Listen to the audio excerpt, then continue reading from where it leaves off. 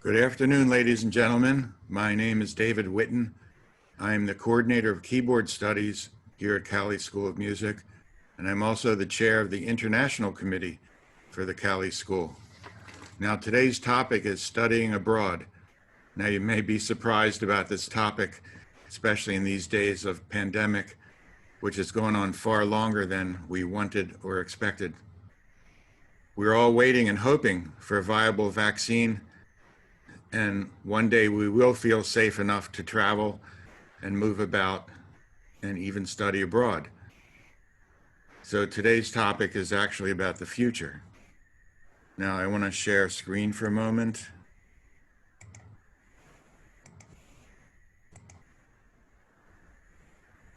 So studying abroad in the future.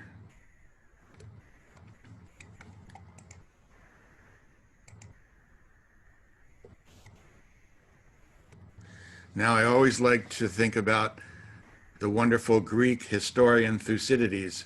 He was a very wise and imaginative writer, and he gave this wonderful metaphor for time. He imagined man standing in the river of time, facing the past, not facing the future, but looking behind, facing the past, and seeing events more and more clearly as they receded into the distance. That has to be part of our approach. So sometime in the future, we will look at the past and realize the pandemic is over. Hopefully in the future, we will be able to send students abroad and have that experience. Now, for those of you who are first-year students, it's particularly appropriate at this time to start thinking about it, because it's widely agreed that the third year of college is the optimal time to spend a semester or even a full year abroad. In fact, it used to be called the junior year abroad. Some schools still do call it the junior year abroad. Today, we will have a short interview with a recent Cali School graduate who spent her entire junior year abroad in GRAZ, Austria. I'll introduce her in a moment.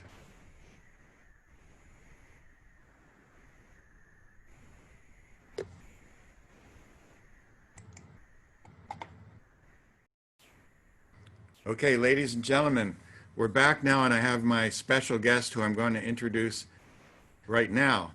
It's Maddie Meier. She's a wonderful singer, vocalist, and she studied for a year in Graz. Maddie, say hello. Hi! So Maddie, was it your junior year or your senior? Which year was it for you? Yeah, so it was my junior year. The year before, and then I spent my last year at Montclair again. Right. As I said earlier in this portion, junior year abroad is how it used to be called, even though it's just called study abroad. Junior year very often works out best for everyone's schedule.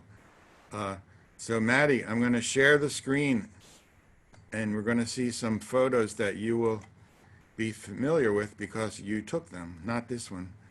This was the quote about looking, facing the past, so you see the events more and more clearly as they recede into the distance.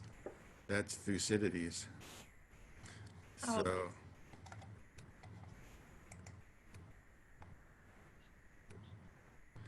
So now, ladies and gentlemen, Austria is one of several destinations that we offer for music students, particularly Graz, Austria. And for those not so familiar with the map of Europe, here's a quick map. You see Austria just northeast of Italy. And in this small one, you see Vienna, the capital, of course. In this side, you can see Vienna, and Graz is south, kind of southwest. And Maddie, how long a train ride is it between Vienna and Graz? So it's about you can take bus or train, and I know that the bus was a 2.5 hour ride, so it's pretty close. And I think the train is maybe a bit, it's around the same amount of time, I would assume. But I always took the bus into Vienna. But to some areas of Austria, you do have to take the train. Like I went to Innsbruck and you can only take the train. So it just depends, but it's a really short train ride. It's really close. Which one's close? The Graz, Vienna? Yeah, the Graz Vienna. I do know it's close. I'm assuming it's probably around 2.5 to 3 hours as well.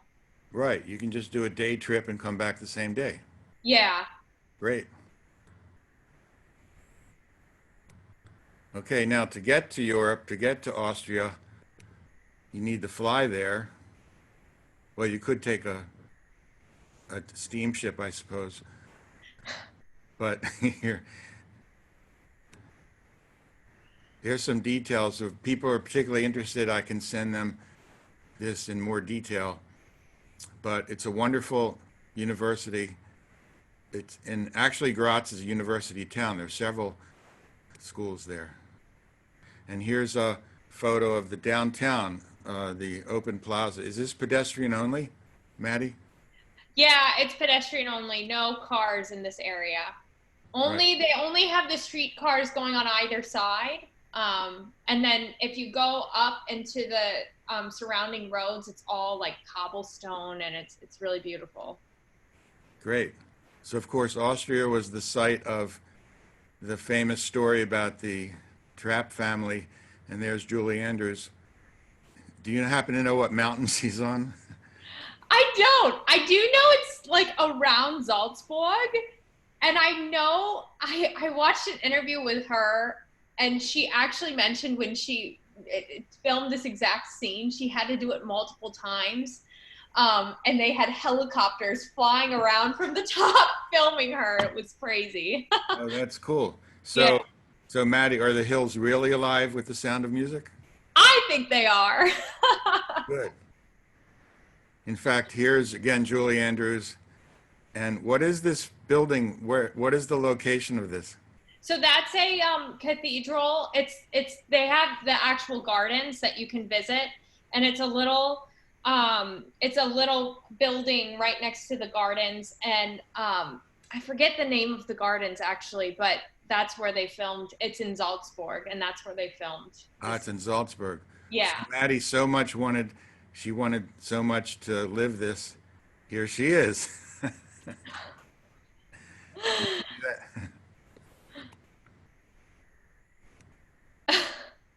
Recreating that wonderful scene. Now, tell us what this is. So that's actually the opera house in Graz. It's so beautiful and it's ornate. And I'm assuming it's kind of, I guess, like Baroque art, but I took a picture of the ceiling because it's so beautiful to be in. Right. And did you attend the opera there or a concert or what? I did. You can get nearly free tickets. Like I would pay like $7 to $15 for tickets, and the same goes for the big Staatsoper in Vienna. It's so cheap, especially if you're a student, and that's one of the beautiful things about getting to study in Austria is they really value the classical arts. So it's government funded, so you don't have to pay these huge funds to go and see an orchestra or an opera, and it's such a major learning experience if you're in school studying that type of music. Yeah, it's wonderful. Tell us the reason you photographed the peacock. Well, peacocks are my favorite bird. I don't know why, but they had them. So there's something called the Schloss Egenberg in Graz, and I think in the early 1900s, they imported a bunch of peacocks from Japan to the castle, and they kept them there. So they're just running around, and you see them all the time when you're at Schloss Egenberg. But I got really excited about this one because I saw him, and then he put out his feathers. And I actually got a video of him putting out his feathers, and then I took a photo of him, and I just thought it was so beautiful. Yeah, it's perfect. Yeah, it fills up even more space than your camera lens could fit. I know. And here, is this still, this is not Graz, this is Vienna, isn't it? Yeah, so this is Vienna, and it was just a little street in Vienna. You can see the cobblestones. Like there are areas of both in Graz and Salzburg and Vienna, and all those cities actually, where you can't have cars in certain areas because of the cobblestones, and so they're really good about like kind of preserving that history, which I think is really beautiful about the city. And I thought it captured, you know, kind of the personality of the city and the people. Um, I feel like it's a big city, but it's quiet and it's peaceful, and the architecture is just so beautiful to me. So that's why I took that photo. Right. And that building on the left has so many things to look at it high Yeah, up and also just near the entrance. All those yeah, incredible statues. yeah. Completely different. This is the countryside. Yeah, so I was really lucky. I made friends with someone from Austria who I still keep in touch with today. But for my birthday, she had me go to Klagenfurt, which is a rural area of Austria, which I think that the rural areas are actually some of my favorite areas because you get the mountains and it's just so beautifully picturesque. But I got to stay with her and her family for a week and speak nothing but German. So I really got the language in my ears. And this was taken with her dog on one of our hikes just outside of Klagenfurt. It was a little town. And barely anyone, see, these are all kind of like farms and vacation homes. No one really stays there year round. So there weren't a lot of people there. And it was just so beautiful. Do you happen to remember what month that was? It was around April. It was mid-April, I think. So it was still cooler, and the weather in Austria, depending on where you are, it varies because the nature is so diverse there. But it gets rainy in some areas. So this was like one of those rainy days. But it's like living in the Pacific Northwest, I guess. If you've ever been there, like it's just like Mhm. a misty rain. You know, it doesn't really require you to have any umbrella or anything. Right. Nice. Beautiful. So this was actually taken in Hallstatt. I took a little day trip there. On that same week, I was staying with or not Hallstatt. It was, it's a different, yeah, was it Hallstatt? Yeah, it was Hallstatt. Was it? No, it wasn't Hallstatt. I forget the city. But it's still in Austria? It's not in Austria. It's actually in Slovakia. We went and we visited and we took a day trip. And it was just so beautiful. Oh, it was Blades. That's what it was. Sorry, I totally just like I have a horrible memory. But we took a day trip there and we sat in this cafe and had coffee right outside of this beautiful river. And honest to God, this picture doesn't even do it justice. It's just like the feeling of being there with these mountains. It was just so unbelievable, and it was just nice to be surrounded by so much nature. So it Yeah. was a day trip, and it was just like we did it for my birthday again. It was this whole week of festivities, so I got to, and it's so inexpensive to travel there and to like surrounding countries and stuff that it was nice to take the little day trip and see the area, the area of Blade and the people there. Yeah, it's a breathtaking photo, and the weather looks perfect there. It was a good day. Good. And here, completely different. Yeah, so this was taken. I went hiking in Austria. Um, I hiked a mountain. I'd never hiked a mountain before, and it's the best experience. I think that if you're in Austria, you should definitely go hiking in the mountains. And I never got an opportunity, and I regret it, but I think you should definitely try skiing because that's a huge thing in Austria. So we ran into a lot of skiers along the way. But hiking mountains is just so special because you're working so hard to get up the mountain and then you get there and you're so tired, but you have this breathtaking view. And that's what I love about Austria. I think that I just love being in the mountains. That's something that I personally love. So getting to do this was just so special. Yeah, you can tell from your face how much you're enjoying it. It's wonderful. Good.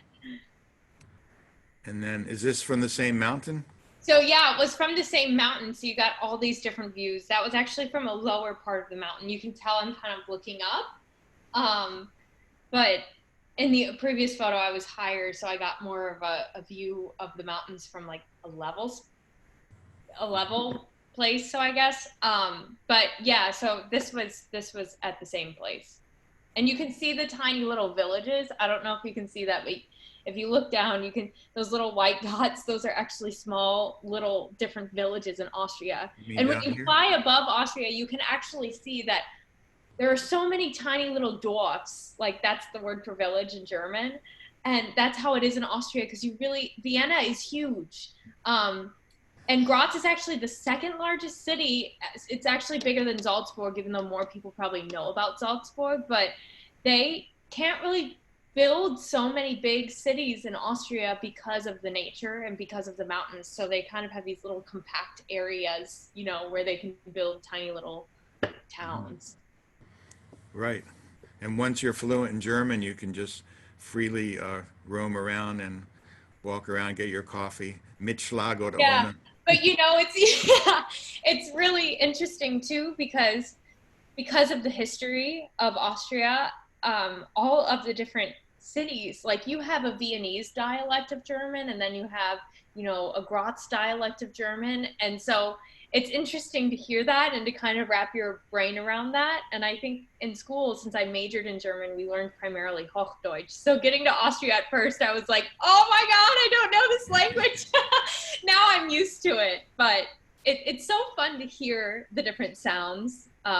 I think it's really interesting. And then you have, Switzerland German, which is totally different too. And then, Bavarian German, it's all different.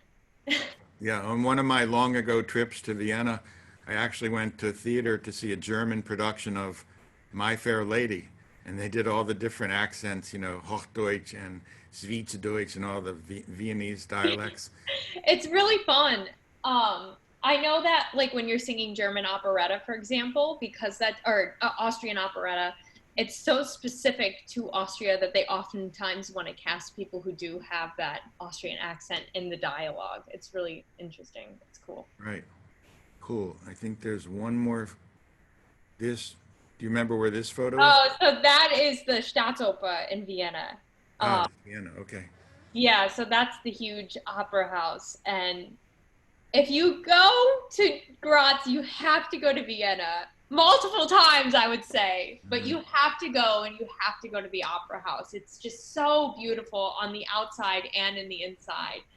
Um, and if I could, I would go back, and see if they have all these, top-notch singers coming to the opera house, and where you sometimes have to pay more money in the US to see some of these singers.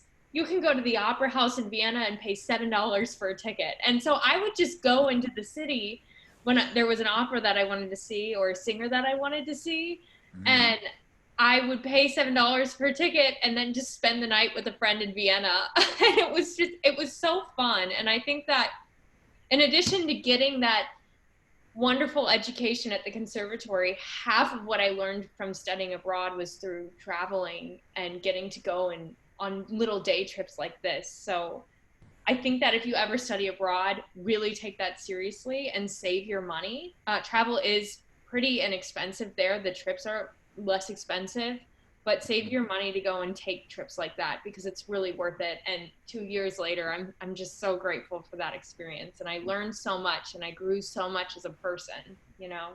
Sure. Well, we certainly hope you'll get to go back one day. Yeah, I hope so too. It's interesting times, but I'm I'm glad that I got that experience. Okay, this might be the last photo. Okay, so this is actually Hallstatt. That's why I got confused. You see so many mountains, it's like, ah. But I love taking photos like this with the little towns and then the mountains surrounding them because I think it captures kind of what it feels like. You feel kind of small.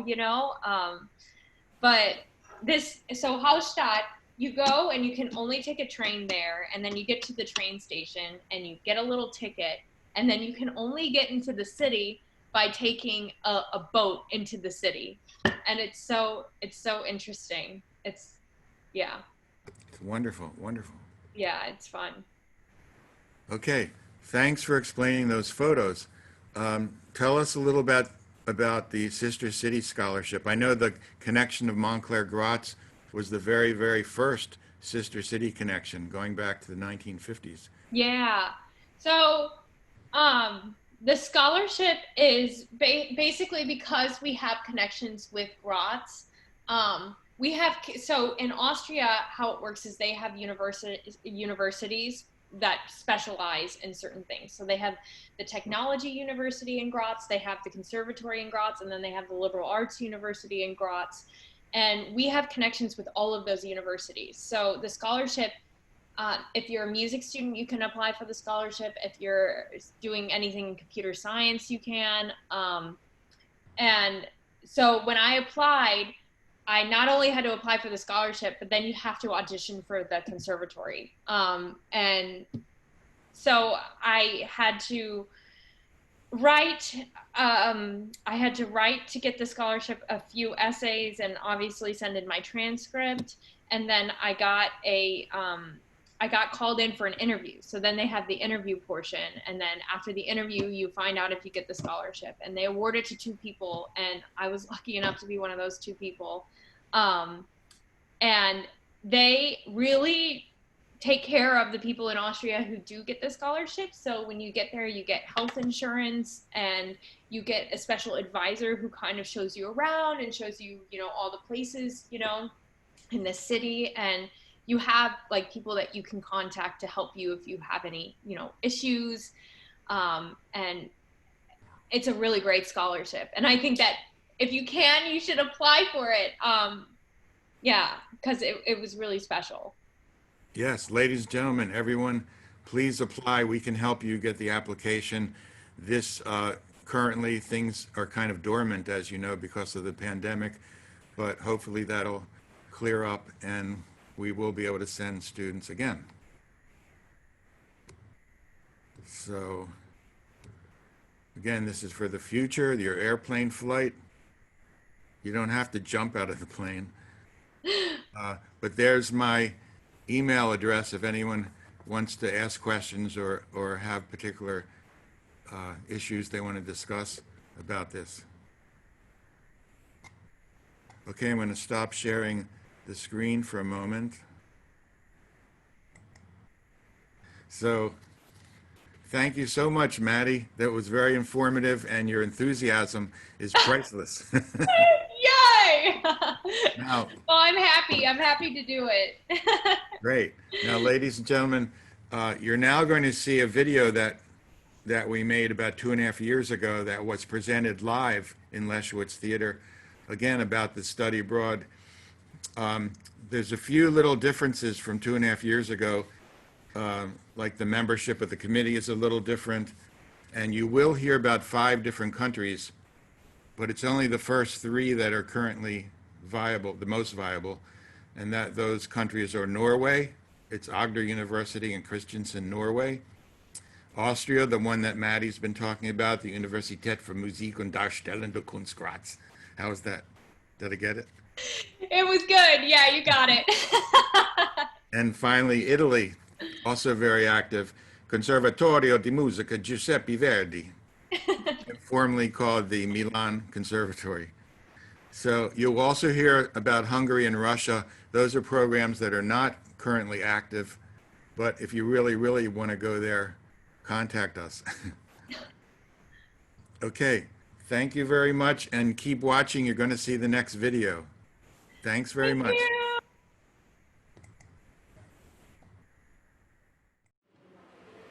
Ladies and gentlemen, welcome to this session. We're going to talk about the opportunities for Cali School music students to study in other countries, to study abroad. There's 5 countries we want to present, but don't worry, there's more if you really have a desire to go to a country that's not mentioned, so we'll talk about all of that. I'm David Witten. I'm the coordinator of keyboard studies, but I'm also now chair of the International Committee at the Cali School. And the other members of the committee are Lori McCann, you see the names listed here, Lori McCann and Marissa Silverman, who's with us today, and Jeff Gall and Marcos Walter. And we're all available to answer your questions. If you see us in the hall or the ballpark or anywhere, we'll answer your questions. When college graduates are polled long after they went to college, they always have two regrets: not having studied abroad and not having learned a second language. Don't let this happen to you. You can see the world, you get personal enrichment, cultural awareness, academic credit, certainly, don't worry about that. You gain a new perspective in your own field. Language immersion, did I spell immersion correctly? Good. Professional edge. And why study abroad? Because you can. It allows all Montclair State University students have an opportunity to study in another country. You're still an MSU student even when you're studying abroad, so you don't lose your enrollment or anything like that. You do receive credit. You can study for 1 semester or 2 semesters. And you can take major or minor parts of your class. Now there's 3 questions that are always in your mind when you're interested in studying abroad, and I'll show you the 3 questions, but we will wait till the end of the session to actually answer them. The 3 questions, of course, are: will I be paying more than the usual tuition? Do I need to know a foreign language? And will it lengthen my studies at MSU? Okay. Your questions and more will be answered before you leave today. Now, for the entire University of Montclair, there are many destinations, as I mentioned, and here you have a nice map that's pointing to the many. Specifically for music students, we have 5 conservatories and music schools around the world, and before we go into detail, here's a quick survey of them. Conservatorio di Musica Giuseppe Verdi in Milan, Italy. Universität für Musik und Darstellende Kunst Graz in Austria, Graz, Austria. Actor University in Norway, very beautiful place in southern Norway. Moskovskaya Gasudarnaya Conservatorio imени Pyotr Ilyich Tchaikovskого, known as the Moscow Conservatory in Moscow, and finally, Liszt Academy of Music in Budapest. Before I go on, I want to introduce my friend and colleague who's here, Domenica Dominguez. She's the leader of the Global Education Center. So she'll also be speaking. So first, Milan. There you have to get in your airplane.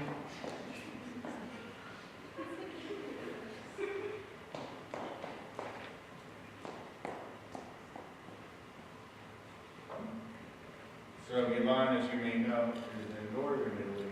Can you see the pointer? Northern Italy. First, music, which of course would be the reason you're going there. Some words about the conservatory. Do you want to speak to this?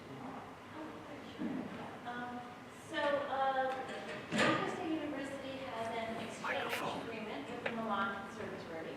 So that means that we send students both ways. So they send their students here for a semester or an academic year, and we can nominate our students to go there for a semester or academic year.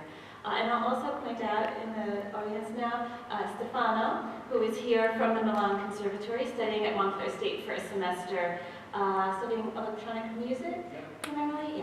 Yes. So Stefano can answer any questions specific to the conservatory here. But in general, the way it works is you go for the fall or the spring semester or the full year.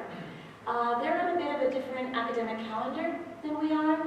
So if you go for the fall semester, you correct me if I'm wrong, but the semester usually starts around the 1st of October, early October? November. Okay, into the end of January or? Into the end of February.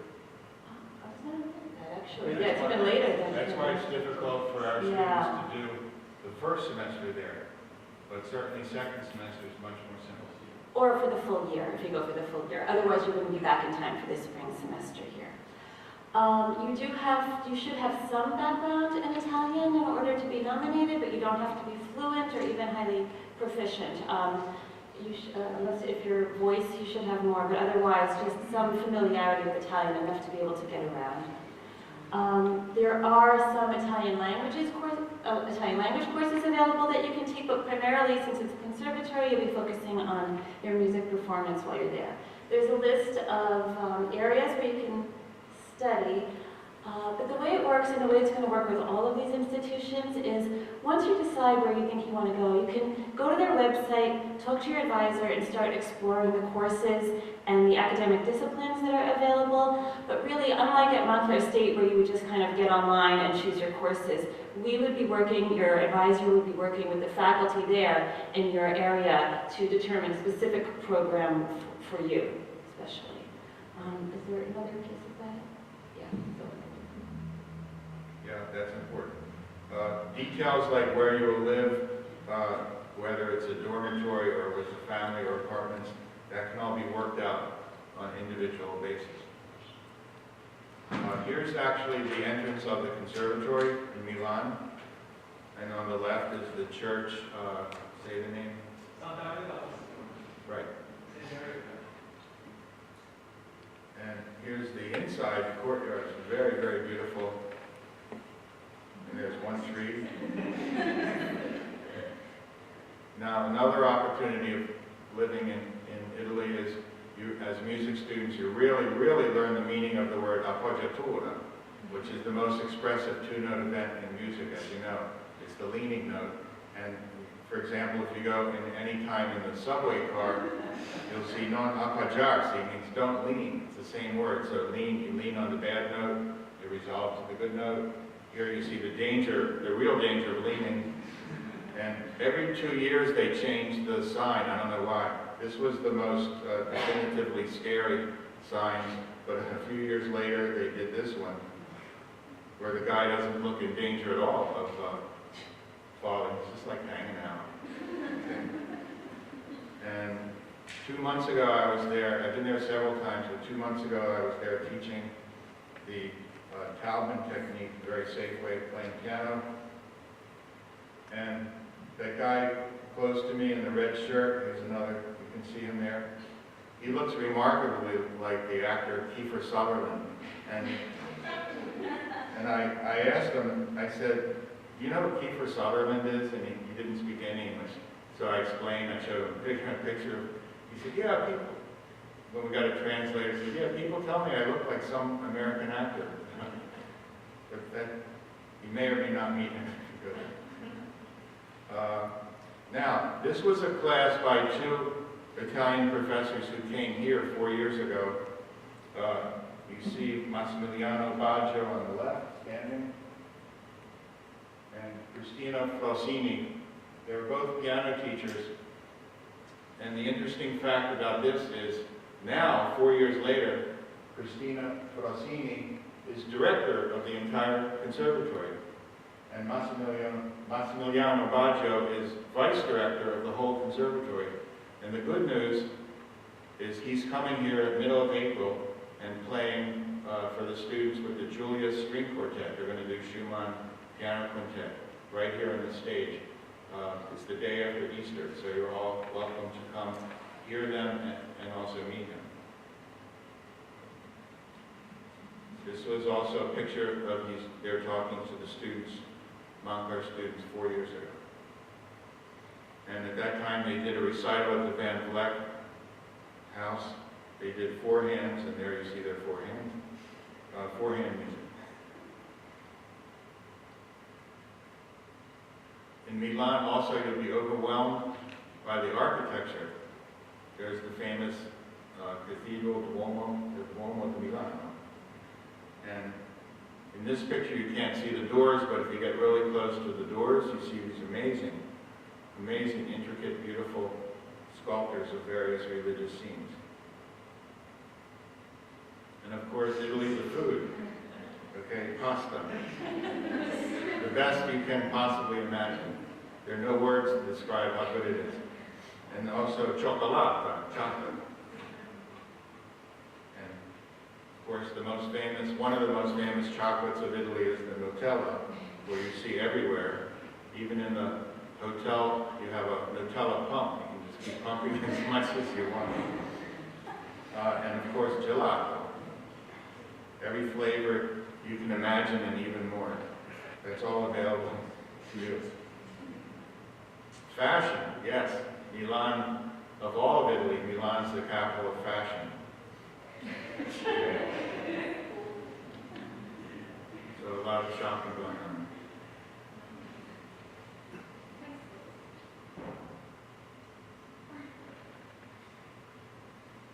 Now we'll move to our second destination, GRAZ, Austria. Again, you have to fly there, and then how you leave the plane is your business.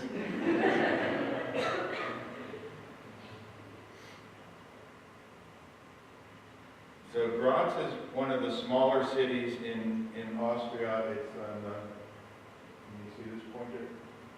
It's in the lower southeastern corner of Austria right there. And here we offer, again, the reason we say spring semester, for the similar reason, the calendar is such that if you went there for the fall semester, you would be late coming back here for the spring. But spring or even the whole year is very available. And again, the details of living there, courses you would take, that can all be worked out once we know of your interest in this. Here's a scene of downtown GRAZ. You can see it's not one of the larger cities, but it's very beautiful. Hugo Wolf, the song composer, is born in GRAZ. So there's not only this statue of his head, there's also a street named after him. You can visit his house as a museum and so forth. This is the one view of the music building. They even have an Institute for Jazz, its entire building.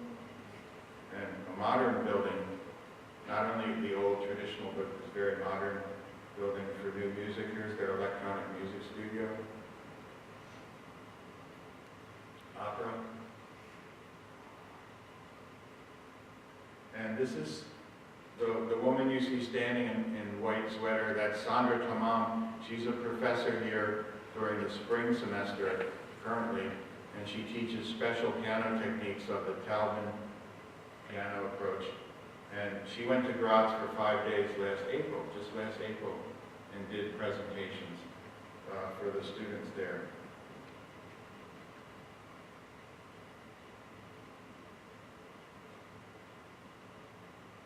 We've had several students go to GRAZ, and this is Ashley Gruta, who was one of our talented clarinet students. Here she is playing a recital on one of the stages there. Also Marissa Mignot, I think she was oboe player, is that right? She was an oboe player. They were both there for study abroad in GRAZ. This is a lake very nearby GRAZ with some other students. And here the scholarship students, both their own and ours, are drinking Glühwein, which translates as glow wine, G-L-O-W, because after you drink it, you really feel a strong glow. And it's similar to mulled cider. It's a warm drink, so the alcohol has a very quick effect on you. So there, you can see how happy we are. You want to add any remarks about that? Oh, that's coming up. So, in addition to our music program in GRAZ, the city of Montclair has its own special sister city relationship with GRAZ, and it's actually the oldest sister city connection of any. It occurred not long after World War II, and Domenica will say more about that. Right, so there's two ways to apply to study at the University of Music and performing arts. In GRAZ, you can apply as a regular exchange student, as we've been discussing, where you would go for 1 semester or an academic year. There's also an opportunity to apply to go for a full academic year and study there on full scholarship. So for about 60 or 70 years, we've had this sister city relationship, and during that time, the city of GRAZ and Montclair State University have exchanged over 100 students back and forth. The vast majority have not been with the music school, they've been at the University of Graz, another university in the city. But for the past several years, this program has been opened up as well for that special scholarship exchange. So if you're interested, that scholarship, every year, 2 Montclair State students receive that scholarship. So it's competitive, but not with anybody outside of the university. 2 students are selected. You'll spend the following year, academic year, in Graz at University of Music and Performing Arts. Almost everything will be paid for you. It will cover your tuition and fees, your housing in the city of Graz, and you'll also receive a small stipend in euros to help cover some of your personal expenses while you're here. So it's really an excellent opportunity. The deadline for applications for that scholarship is always in the first week of December. It hasn't been announced yet for next year, but you should look out for that as well.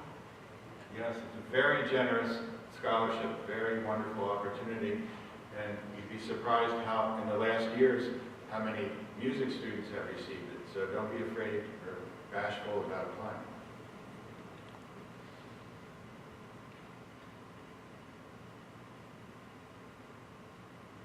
Okay, now Norway, Kristiansand, Norway. Again, you must fly there.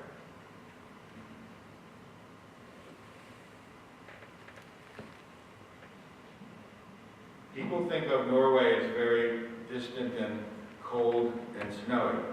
It is.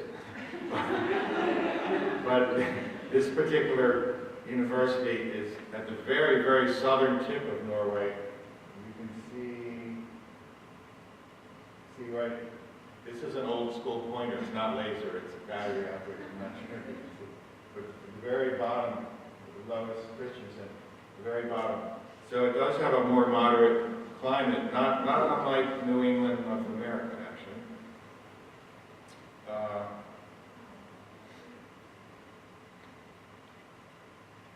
And while you're living there, there's many beautiful parts of Norway you can visit. Absolutely breathtaking, as you see in this photo. If you go to Oslo, which is the capital, about 4 to 5 hours on the train from Kristiansand, they have a beautiful park. Here's a marionette guy working a pianist. There's a dog walker. So you have many opportunities to see really interesting things. The name of the small university is Agder University. And by the way, about the Norwegian language, it is a very beautiful language, but what you should know is everybody, I repeat, everybody speaks English. I've been in Norway 3 times, and I have yet to meet anyone who doesn't speak fluent English. Just, you know, shoe shine boys, clerks, taxi drivers, everybody speaks English. So that's absolutely not a concern. And at the university, they teach in English. Often they teach in English for their own Norwegian students, because it's become like a recognized international required language. This is a picture of Kristiansand, the actual town where the university is, and it is as beautiful as you see in this photo. They have a newly built new campus, which is where the music school is, and that's a picture of the whole university. Another shot of that. Here's the guitar studio. This is a quote from, I don't think it was one of our students, but an international student who's been there.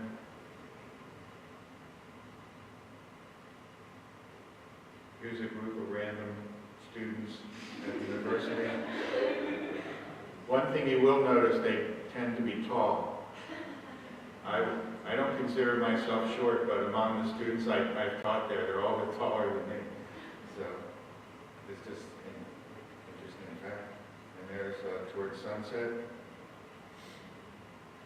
Part of the city is a pedestrian area only where people walk or bike instead of drive. So I took this picture on one of my earlier trips because I realized you would never see this kind of scene in America.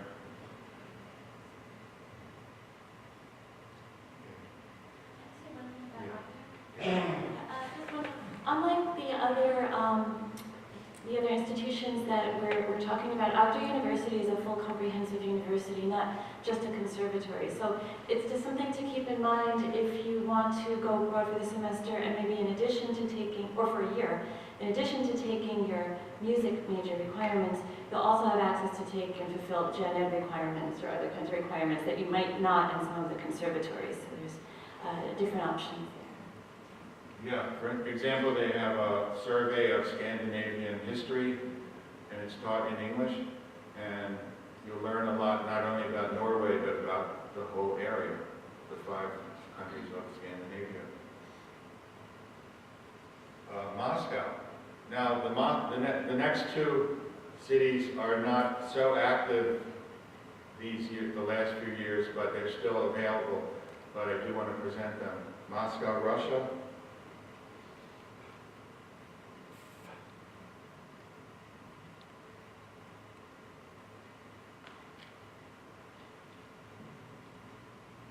Moscow, as you know, is on the western end of the huge country of Russia.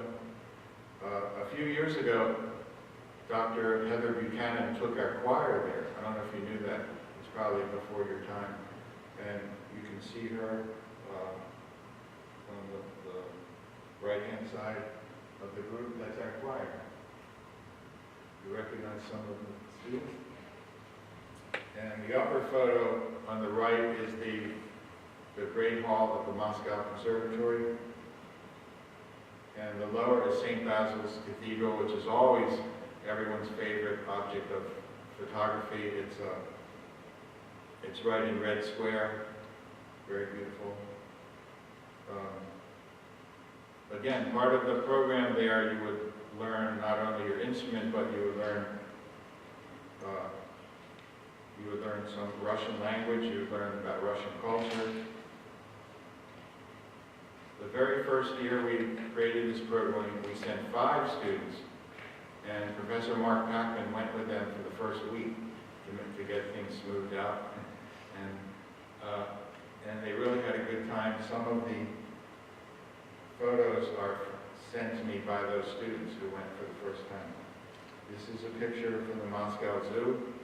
From the zoo, it's not offensive. There's 7 buildings which maintain that old Stalinistic architecture. This is one of them. This is the conservatory itself.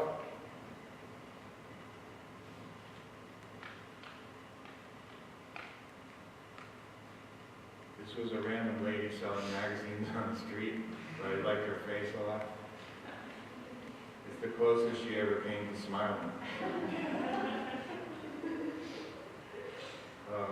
Another shot of the Moscow Conservatory, which is named after Tchaikovsky. And there you see the famous statue of Tchaikovsky. Anyone who goes there must have their photo taken with at the Tchaikovsky statue.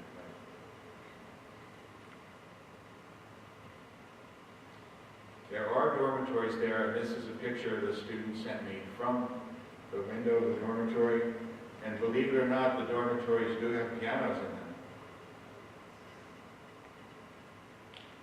So if you wake up in the middle of the night and you really need to solve a fingering problem, it's available.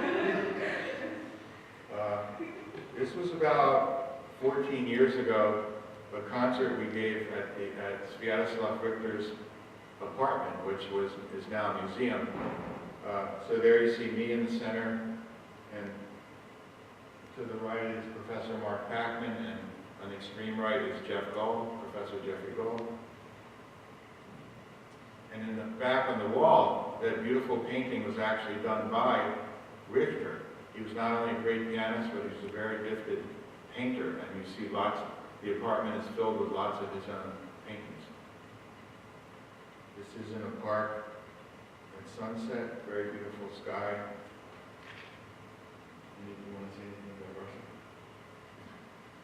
We know Russia's not, politically is not always lined up with us, but you cannot deny that the music, the history of it, the music is just, it's created many, many masterpieces, and there's a lot to learn there.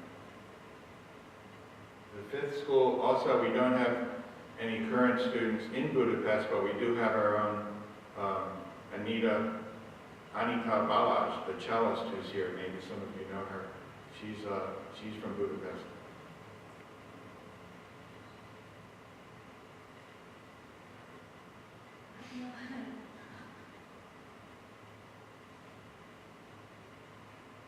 So Budapest is centrally located in Hungary, you see on the right. And again, if you decide you're interested to go there, you would meet with us and we talk in detail about what your program would be. They don't have dormitories, but that's always an issue we can solve. We can help find you apartments or private housing. It is one of the most beautiful cities of Europe. It has the Danube River. Danube River runs through it, and there's 7 bridges, 7 very famous and beautiful bridges across the river. That is the academy, the Liszt Academy. It's hard to see, but that's a statue of Franz Liszt himself, right in the center. And that's the inside, very beautiful and acoustically beautiful too. Wonderful sounds in the main hall of the academy. Now these were 2 students about 6 years ago from Montclair who went there. Jesse Meltzer is on the left, he's a trombone major, right, trombone. And on the right is Jack Blaskevich, who's a very talented pianist, and he decided to pursue musicology, and he's finishing his doctorate at Eastman School of Music right now. And they went together, they were good friends, and they also sent me some of these photos you will see. That's going down into the subway in Budapest. This is a really large and beautiful food market. Instead of outdoor market, it's indoors. So you can stock up and make your own soup and all kinds of meals there. That's one of the government buildings in Budapest.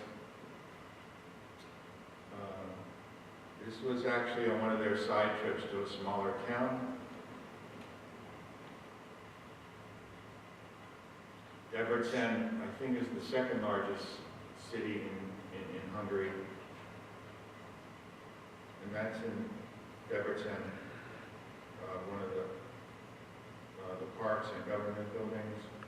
Oh, I took this in Budapest.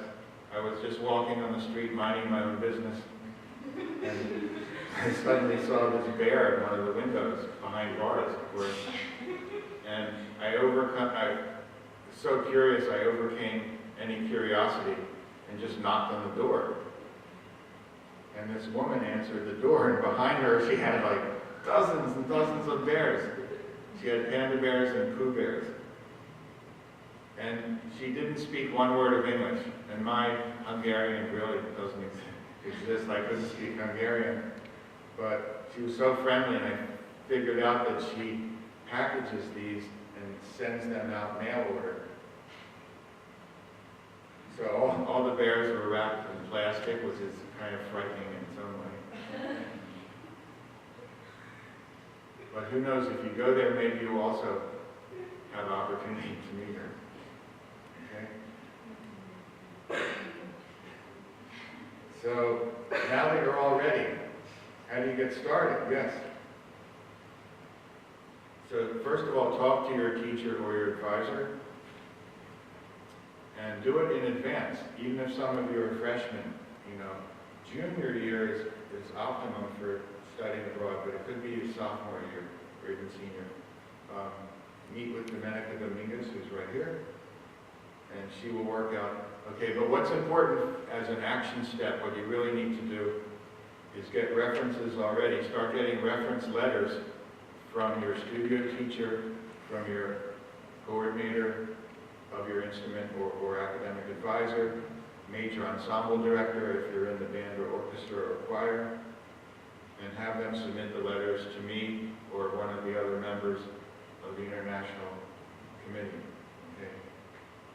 And once we approve your interest and application, then you put together an audition tape, your transcripts. Again, we can help you with all those details. So that's what I meant. You approved by the committee means you're nominated by the international committee. And you would also decide if you're going to spend 1 or 2 semesters in the country. And yes, absolutely, you get MSU credits for study abroad.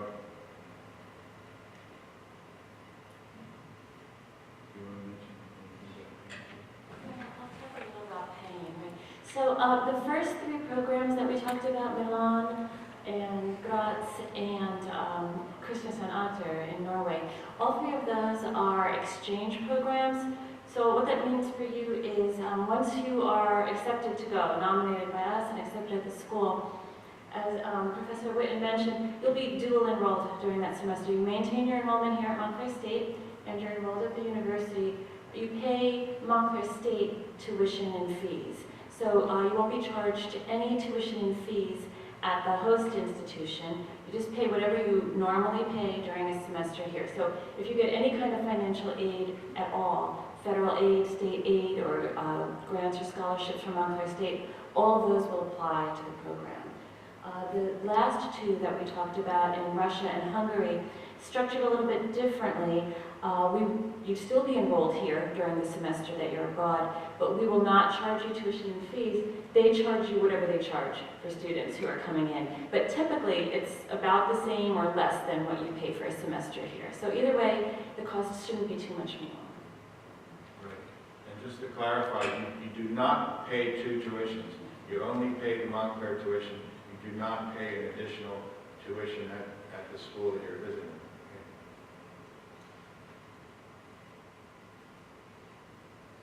Again, there you have names of Domenica and myself.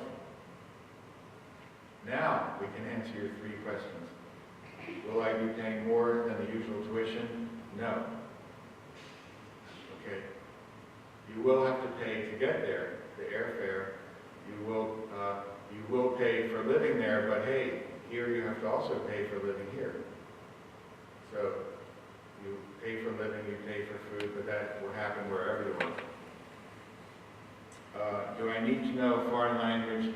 No, it's helpful, and you will be taking classes once or twice a week in the country you're visiting. But as every year goes by, more and more people know English in these countries we've mentioned. So, of course, it's helpful and fun and useful if you can speak. Even if you can speak a few sentences, it always helps. But no, it's not a requirement to know the foreign language. We can also find you classes that will be taught in English. We can also find you a studio teacher who will be able to teach you in English on your instrument. That's really a great advantage. And the third question, will it lengthen my studies at MSU? Sometimes it will. But other times, again, it depends on your individual case. But even if it lengthens your study by 1 semester, don't forget those great regrets we showed you at the beginning. That years from now, you'll regret that you missed the opportunity to study in another country. Marissa, you want to add anything to that? No, it's true.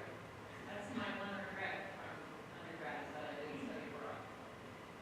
The only one. No others. That. Okay. And there is a 4th question I didn't add, and that's, what if you're a graduate student? Can you still take advantage of all these programs? The answer is yes. This is not limited to undergraduates.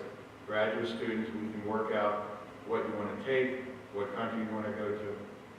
So it is open for grads and undergrads. Now, we've presented the 5 that exist for Cali students, but I wanted to tell you about 2 more locations, 2 more places in the world where we do have some kind of program. It's not exactly student exchange. In some cases, so far, it's only professor exchange. For example, in Jerusalem, Israel, we've had a few professors come to Cali School for a few days to do lectures and teaching, and I have been there a few times to the Jerusalem Academy of Music to also do presentations and lecture recitals and master classes. So if you do want to study at the Jerusalem Academy, we can make that work for you. It's not as well established in exchange, but we do have that. Here's, sorry it's out of focus, but it's a picture of the unusual music building at the Jerusalem Academy. There's some random guitar students. And here's one of the smaller chamber orchestras. Okay, the other location, which we do have a connection with, is in Shanghai, China. That's a picture of downtown Shanghai. And we have had a connection with the East China Normal University for a number of years. We've only started activating in music for the last 2 years. But how long has it been? We've had the linguistics department has had exchanges for quite a while, like 7 or 8 years. Like, what's the name of that Chinese professor? Longxing, yeah. Wei Longxing. He's a professor here, and he often takes other professors to East China Normal and invites professors. The good news for our music department is we do have a new program with our music department where we invite music students to come here, and they take part in a 1-year study here, and it's part of their 3 years master's degree at East China. In other words, it's 3 years. Their first and third year is East China. Their middle second year is here at Montclair. Here's some of the students. Oh, sorry.